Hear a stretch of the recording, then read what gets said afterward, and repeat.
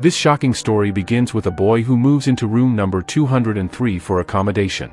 He has no idea what things might be inside this room, but he has rented the place and starts living there comfortably. Suddenly, he notices a small hole in the wall that looks very strange. The boy thinks about filling the hole, so he pours in some odd solutions to block it. However, the hole seems to be getting bigger and bigger. When the room's owner comes by, he clearly explains to the boy that he cannot fill this hole because it is actually alive, and strange spirits reside inside it. The boy believes that the owner is just trying to scare him, so he ignores the warning and continues to stay in the room. The owner tells him all this and leaves, as if he knows what will happen to the boy next. While looking inside the hole, the boy suddenly hears some noises. He puts his hand in to check who or what is inside, but at that moment, it feels like someone has grabbed his hand. In the next moment, he quickly pulls his hand out. Along with him, something strange falls down. When he picks it up, he finds a knife with a locket attached to it. The boy is confused about whose locket it is, but it looks very premium. He calls his girlfriend to his room. She is very happy that her boyfriend has rented a room with his own money, meaning they can spend quality time together. As soon as she sees the locket near her boyfriend, she really likes it and wears it. The boy doesn't object since he knows nothing about the locket. He thinks it is just a normal piece of jewelry. However, as soon as his girlfriend puts on the locket, she suddenly goes completely out of control, as if someone has taken over her body. The boy's girlfriend starts screaming and ends up taking her own life, collapsing right there. The boy is left utterly confused about what to do in this situation. Therefore, he runs away, leaving his girlfriend behind. He never expected that she would die in such a manner. But now, the dangerous game of room number 203 has begun. After a while, we see a girl named Kim. Interestingly, Kim has also chosen room number 203 for rent, despite all the other rooms available in the city. This is the same room where the previous couple had lived, but Kim has no idea about the dangerous incident that took place there, so she simply rents the room. She is going to live there with her friend Izzy, and they plan to share the rent equally. The room owner hands them the keys so they can inspect the place. Kim and Izzy are happy because the room is quite spacious. While traveling, they come to a window adorned with beautiful artwork. As Kim and Izzy move closer to examine it, the owner warns them not to touch it because there are rules and regulations they must follow. He also emphasizes the most important rule: under no circumstances are they allowed to go into the basement. After explaining all the rules, the owner leaves. Kim and Izzy start living comfortably in the room, unaware of the horrifying events that await them. Kim notices the small hole in the wall and tries to cover it with a mirror frame. However, as soon as she places the mirror frame over the hole, it seems as if someone inside has distorted the frame. Kim quickly dismisses this and goes off to have fun with her friend Izzy. They spend quality time together, enjoying a party. Kim and Izzy are extremely happy because they have come here for work, and finally, they found a rented house on their very first day. They consider themselves lucky. The next day, Kim and Izzy return to the same hole, and Izzy reaches in to check what's inside. Suddenly, Izzy started screaming, as if someone had grabbed her hand. But later, it turned out that Izzy was just joking and trying to scare Kim. Izzy had also found the same locket from the hole, the one that the previous girl's girlfriend had worn before she was unknowingly killed. Izzy liked the locket, so she put it on, and Kim had no problem with it. Now, Izzy called her boyfriend and went into the room to have some fun. Due to drinking too much, Izzy passed out, and her boyfriend started wandering around the room. He ended up near the window that had many artworks on it, and he found it so beautiful that he moved closer to examine it. As Izzy's boyfriend was looking at the window, suddenly, a shadow darted past him and then vanished. He thought it was just a trick of his eyes and went into the washroom. But then, suddenly, someone attacked Izzy's boyfriend, killing him right there.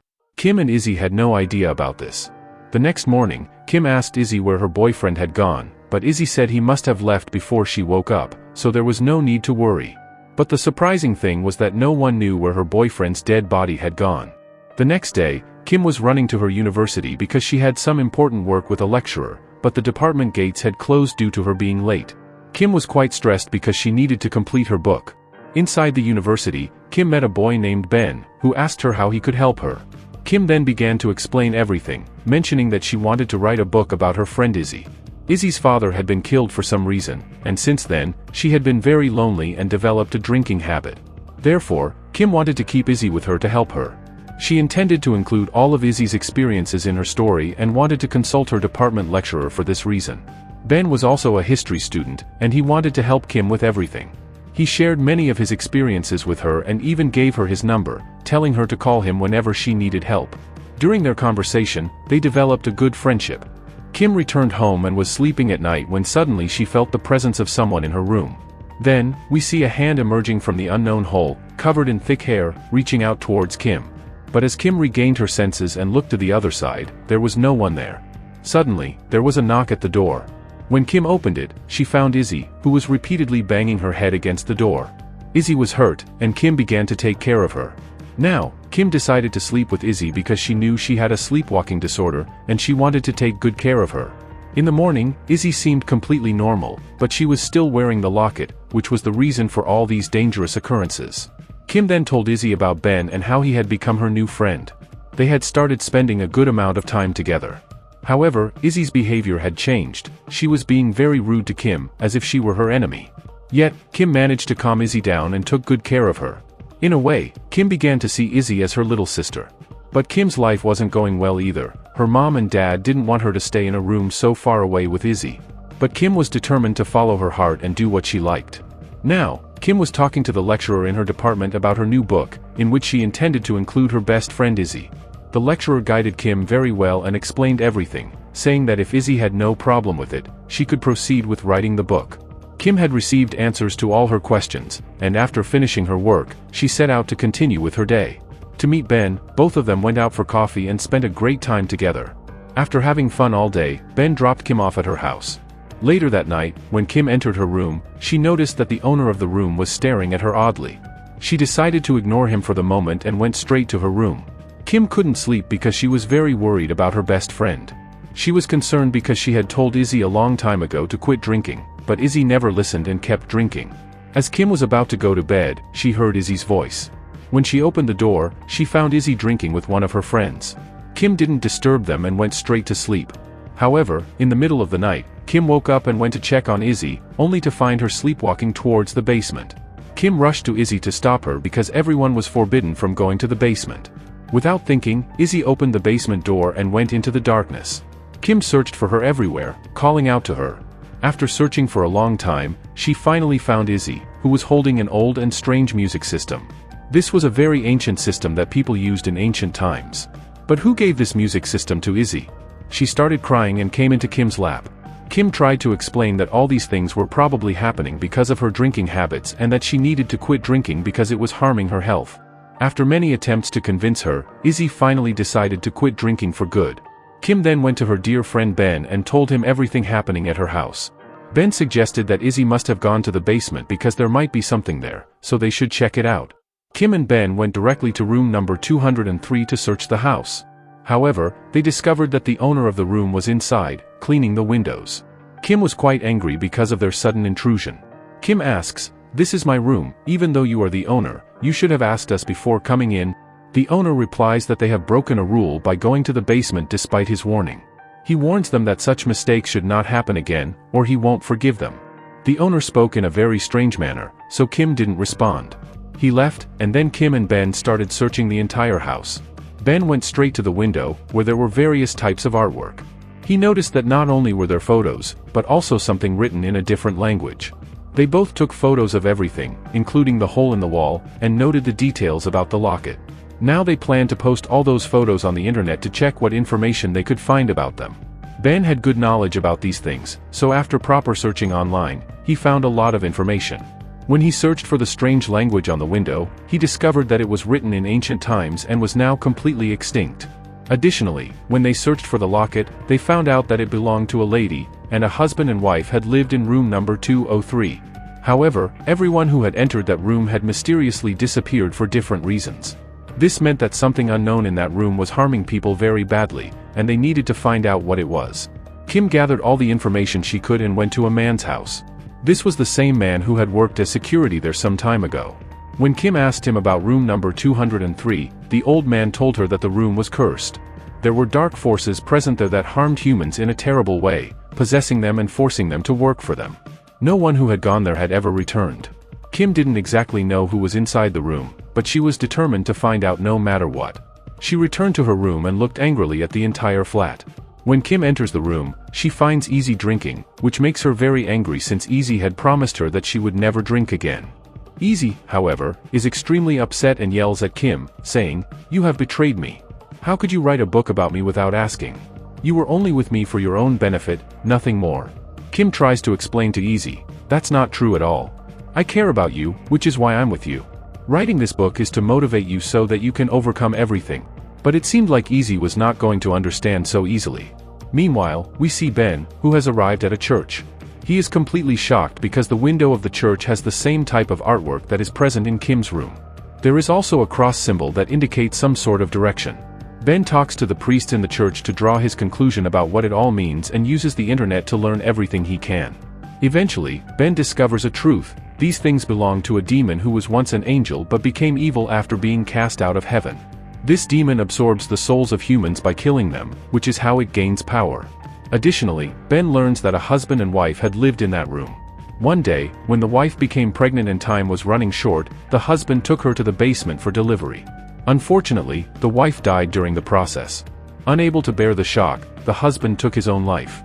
Their baby survived, but it has never been known what happened to it. It mysteriously disappeared. Ben is extremely shocked and immediately wants to call Kim to tell her everything. However, since Kim is not picking up the call, Ben leaves a voice note because he knows that if Kim stays in that room any longer, the demon could attack her as well. Meanwhile, Kim is completely distressed. Kim was confused and filled with rage as she approached the hole that was slowly getting bigger over time. She needed to know what was behind this hole, so she began to break through it. Shortly after, a blood-covered hand emerged from the hole. At that moment, the owner entered the room, and instead of helping Kim, he captured her and bound her hands and feet. He then dragged Kim into his room and showed her photos of his mom and dad. The owner explained that on the other side of that hole was a demon that absorbs the souls of different people and kills them. Years ago, his mom and dad accidentally summoned this demon. The images and writings on the window were a means of calling the demon. Shockingly, the same demon had absorbed the souls of his parents.